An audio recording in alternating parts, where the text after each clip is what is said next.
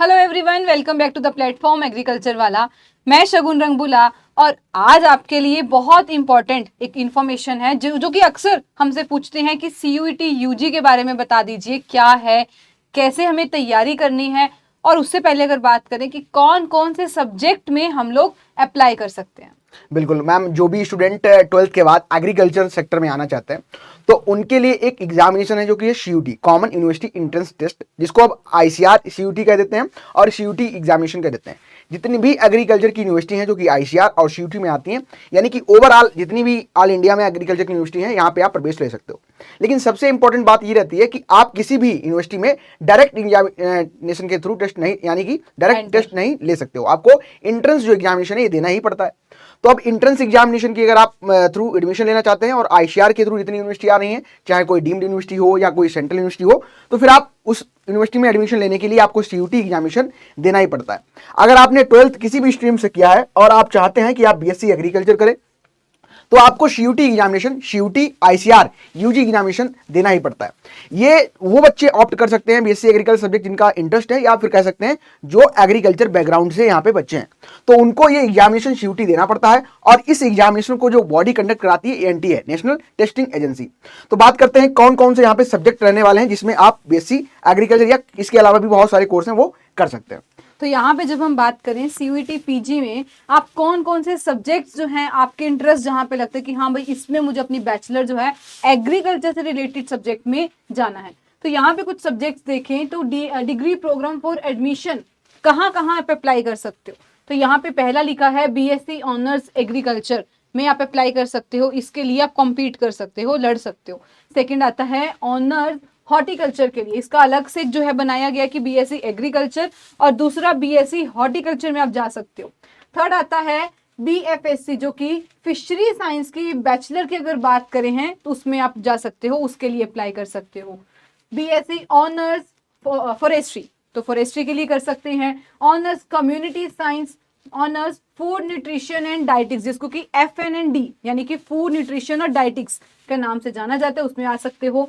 Honours sericulture में, natural farming में और एग्री बिजनेस मैनेजमेंट में। तो ये थे जो अभी तक पहले आपको 9 बताए हैं, ये सारे थे हमारे बैचलर के लिए। अगर आप इसमें BSc करना चाहते हो यानी कि UG डिग्री में आप अपने sericulture, forestry, natural farming, agro forestry हो गया, एग्री बिजनेस मैनेजमेंट हो गया, एग्रीकल्चर, हॉर्टिकल्चर, फिशरी साइंस, इन सब में अप्लाई करना चाहते हो, कम्युनिटी साइंस में, FND में। नीचे वाले जो 3 लिखे हैं वो है कि अगर आप बीटेक करना चाहते हो तो थोड़ा ध्यान देना, यहाँ पर बीटेक की बात की गई है, यानी कि बीटेक एग्रीकल्चरल इंजीनियरिंग में करना चाहते हो। दूसरा है कि अगर आप जो बीटेक है वो डेयरी टेक्नोलॉजी में, अब देखो ऐसा भी नहीं कह सकते कि इसमें स्कोप नहीं है, बहुत अच्छा खासा स्कोप है। बायोटेक्नोलॉजी में आ जाओ, डेयरी टेक्नोलॉजी में आ जाइए। फूड टेक्नोलॉजी बहुत अच्छी ब्रांच है फूड टेक के लिए, अच्छी अच्छी कंपनीज में है, आपको कल को हायर अब वहां पे भी जा सकते हो अपनी एक्सपर्टीज लेके। और एंड पे लिखा है अगेन वही बायोटेक, तो यहाँ पे एग्रीकल्चर इंजीनियरिंग, डेयरी, बायोटेक और फूड टेक में आप अप्लाई कर सकते हैं। बिल्कुल मैम, तो सबसे इंपॉर्टेंट यहाँ पे ये है कि अगर आप BSc करना चाहते हो और यहाँ पे जो 9 आपके सब्जेक्ट दिए हैं इनमें आप BSc कर सकते हो। हर एक सब्जेक्ट का अपना अलग इंपॉर्टेंट कह सकते हैं स्कोप है और आपका रोल भी अलग हो जाता है। जब आप BSc एग्रीकल्चर जो यहाँ पे दिया है, BSc ऑनर्स एग्रीकल्चर कर लेते हो तो उसमें सारी चीजें आपके आ जाती हैं, ठीक है। यानी कि हर एक सब्जेक्ट का अपना अलग से वेटेज है। और सबसे अगर आप सुपीरियर की अगर बात करते हो तो BSc ऑनर्स एग्रीकल्चर अगर किसी भी यूनिवर्सिटी में आपको मिलता है तो बिल्कुल उसको ऑप्ट कर सकते हो। और ये सभी जो स्टूडेंट हमारे 12th के बाद पास आउट हैं, चाहे आप किसी भी कैटेगरी से पास आउट हो, PCM ली हो, PCB ली हो या फिर PAG आप ली हो, एग्रीकल्चर डोमेन से हो, तो आप इस एग्जामिनेशन को देके इन जो यहाँ पे कोर्स आपको मेंशन किए गए इनमें एडमिशन आप ले सकते हो। बात आती है एलिजिबिलिटी की और डिग्री जो प्रोग्राम आपको ऑफर किया जा रहा है इसके लिए एलिजिबिलिटी क्या होनी चाहिए। जैसे कि मैंने आपको अभी बताया था कि अगर आपने अपना 12th जो पास आउट किया है, चाहे आपने PCM से किया हो यानी कि फिजिक्स केमिस्ट्री मैथ रहा हो, या PCB यानी कि फिजिक्स केमिस्ट्री बायोलॉजी रहा हो, और या फिर आपका PAG यानी कि फिजिक्स एग्रीकल्चर और जो आपका केमिस्ट्री वाला पोर्शन ये रहा हो, तो अगर आपने किया है और इसी के साथ साथ अगर 50% यानी कि अगर आप पास आउट हैं 50% मार्क्स के साथ, 60% और 50% का रेशियो यहाँ पे देखने को मिलता है, तो अगर आपने 12th में इतना परसेंट गेन किया है तो आप CUT ICR एग्जामिनेशन को देख के इन कोर्सेज में एडमिशन ले सकते हो जो कि अभी हमने आपको बताया।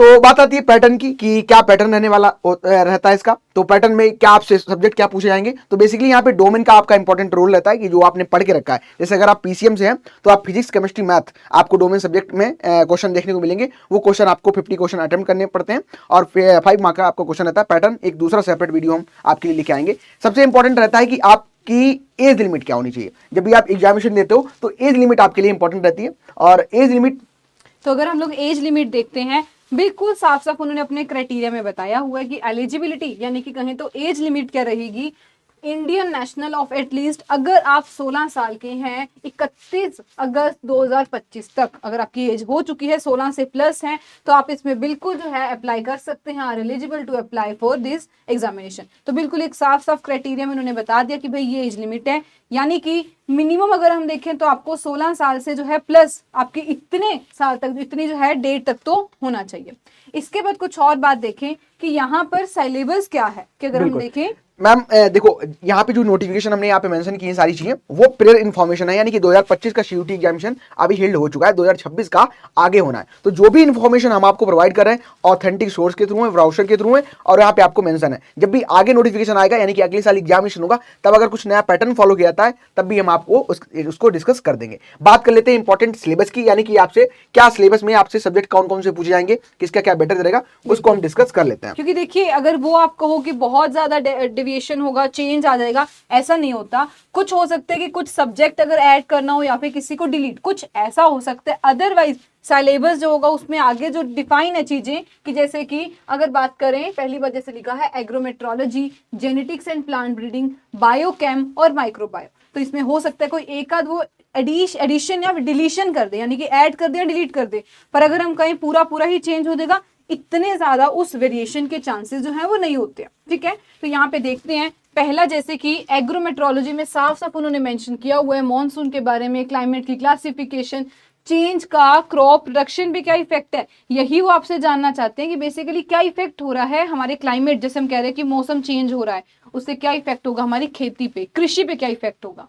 सेकेंड में बाकी आप लोगों को आई होप ये कंप्लीटली विजिबल होगा, नहीं तो आपको हम ये शेयर कर देंगे आप आराम से, क्योंकि सिलेबस को समझना बहुत ज्यादा इंपॉर्टेंट बनता है। वो कहते हैं ना, यूं ही अब दौड़ में मत चले जाना, जब तक आप उसके अच्छे तरीके से पहले अंदाजा, उसका अनुमान, उसका जो है अच्छे तरीके से पहले आप समझो ना। ठीक है, तो यहाँ पे उसके सेकंड बात करें, हमारे पास आता है जेनेटिक्स एंड प्लांट ब्रीडिंग, यानी कि ये तो वैसे हम लोग +2 में भी अगर आपके पास बायोलॉजी होती है तब भी हम लोग पढ़ते हैं कि बायो में जैसे कि सेल स्ट्रक्चर वगैरह क्या है, इसके अराउंड थोड़ा बहुत क्वेश्चंस पूछेंगे।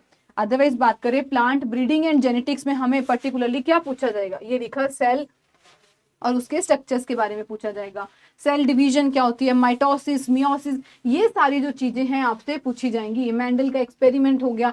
थोड़ा सा हायर लेवल पे आए, जैसे कि hybridization, mutation, polyploidy, tissue and cell culture, और कॉम्प्लेक्स पे आए तो ब्रीडिंग मेथड, प्लांट बायोटेक पे। तो ये सारे पॉइंट्स उन्होंने क्लियरली मेंशन किए हैं कि हम इनमें से पूछ सकते हैं।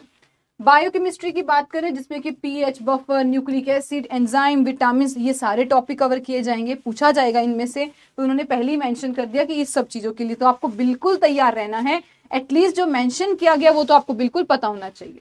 माइक्रोबायो में आए तो यहाँ पर उसकी स्ट्रक्चर, डिफरेंट जितने हमारे माइक्रो ऑर्गेनिजम्स हैं उनके बारे में पढ़ना, से जो है हमारा एल्गे, बैक्टीरिया, फंगस, इन सब के बारे में आपको डिटेलिंग में कुछ भी पूछ सकते हैं। वायरस के बारे में, कैसे ये हमारी क्रॉप को इफेक्ट करते हैं, या कहें तो इनका रोल क्या है हमारे माइक्रो ऑर्गेनिजम्स का।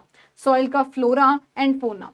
एंड पे लिखा है सीड साइंस के बारे में भी आपसे, उसमें से फर्टिलाइजेशन प्रोसेस, पॉलिनेशन, रिप्रोडक्शन, ये सब चीजों के बारे में आपसे पूछा जाएगा। टाइप्स ऑफ सीड्स कौन से होते हैं, डॉर्मेंट, रेस्टिंग पीरियड में जो हमारा सीड है उसको कैसे बाहर निकाले।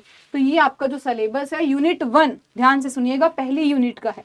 दूसरी यूनिट की बात करें जिसमें हमें, बिल्कुल मैम, तो देखो सिलेबस बहुत इंपॉर्टेंट रहता है जब भी आप किसी भी एग्जामिनेशन की प्रिपरेशन करते हो। तो अपनी टेबल के सामने इसको आप ले लेना और प्रिंट आउट करके निकाल के आप चिपका लेना, और 1 बाय 1 करके आप सभी को एक बार जरूर पढ़ लेना। दूसरी यूनिट हमारी स्टार्ट होती है और यहाँ पे आपको एनिमल हस्बेंड्री यानी कि जो पशुपालन सब्जेक्ट है पूरा पढ़ना रहता है। पूरा विस्तृत सब्जेक्ट आपको ये पढ़ना है, और जितनी भी इसमें टॉपिक्स हमारे हैं, जितने भी इसके सब जो हमारे कह सकते हैं कि टॉपिक्स हैं, उनको आपको कवर करना है। इसमें स्कोप पढ़ना है, इसके बारे में केयर कैसे कर सकते हैं, इनकी मैनेजमेंट कैसे कर सकते हैं, आर्टिफिशियल इंसेमिनेशन क्या होता है, है, इसके बारे में आपको पढ़ना है। और साथ ही साथ जो लाइव स्टॉक प्रोडक्ट है, लाइव स्टॉक में आपका जो प्रोडक्ट बनते हैं उनका क्या महत्व है, मिल्क क्या है, मिल्क के बारे में क्या है, और थोड़ा पोर्शन आपको जो फिशरीज का होता है इसके बारे में आपको पढ़ना पड़ता है। ये हमारी सेकंड यूनिट हो गई।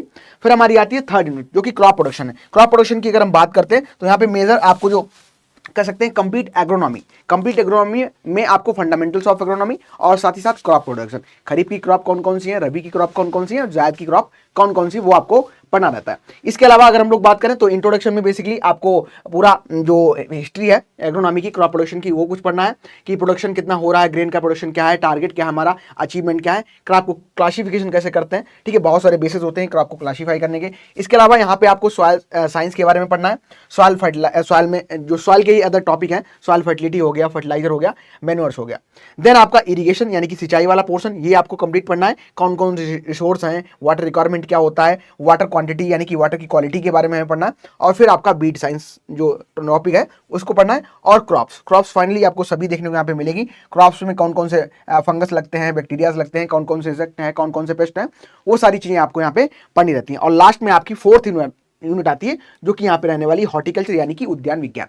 तो हॉर्टिकल्चर बेसिकली आपका पूरा एक ब्रॉड सब्जेक्ट है और यहाँ पे भी अदर आपको पोस्ट हार्वेस्ट वाला पोर्शन है, ओलेरीकल्चर है, फ्लोरिकल्चर है, ठीक है, ये सब्जेक्ट आपको यहाँ पे पढ़ने रहते हैं। तो पूरा हॉर्टिकल्चर बाकायदा यहाँ पे मेंशन किया गया है और इसमें आपको इंपॉर्टेंस वेजिटेबल का क्या है, ये सारी चीजें आपको बेसिकली पढ़नी रहती है। तो पूरा सब्जेक्ट ही आपको यहाँ पे दिया गया है। तो ये CUT PG जो आप CUT UG हम बात कर रहे हैं, यानी कि 12th के बाद जब आप BSc ऑनर्स एग्रीकल्चर करना चाहते हैं या इसके अलावा 13 जो सब्जेक्ट मेंशन है हमने आपको प्रोवाइड किया है, अगर आप करना चाहते हैं 12th के बाद एग्रीकल्चर में आप आना चाहते हैं, BSc करना चाहते हैं या फिर BTech करना चाहते हैं, तो ICAR CUT एग्जाम या फिर CUT ICAR एग्जामिनेशन आप कर रहे हैं। और टोटल जो यहाँ पे मैम यूनिवर्सिटी है, हम बात करें जितनी भी ऑल इंडिया एग्रीकल्चर यूनिवर्सिटीज हैं उनमें सभी में आप ICAR CUT एग्जामिनेशन के थ्रू प्रवेश ले सकते हो। बिल्कुल, यानी कि एक ही दरवाजा कह सकते हैं आपकी, जितनी आप एग्रीकल्चर ICAR की एग्रीकल्चर यूनिवर्सिटी में अप्लाई करना चाहते हो वो यही माध्यम है, जिसको पहले हम लोग ICAR UG या अब इसको हम कह देते हैं CUET PG जो एंट्रेंस एग्जाम है, इसके थ्रू आप एंटर कर सकते हैं, जा सकते हैं किसी भी एग्रीकल्चर यूनिवर्सिटी में। तो आई होप जो ये वीडियो को बनाने का एक जरिया था, हम जो चाहते थे मेन चीज, वो आपको कंप्लीटली इसमें समझ आई। सिलेबस क्या है, कैसे इसमें हम जो आपको कितने क्वेश्चन दिखेंगे, थोड़ा बहुत उसका आपको आइडिया हो गया और अब आप जो है अपनी तैयारी को एक सही डायरेक्शन में लेके जाएंगे। Thank you so much. Thank you everyone, thank you.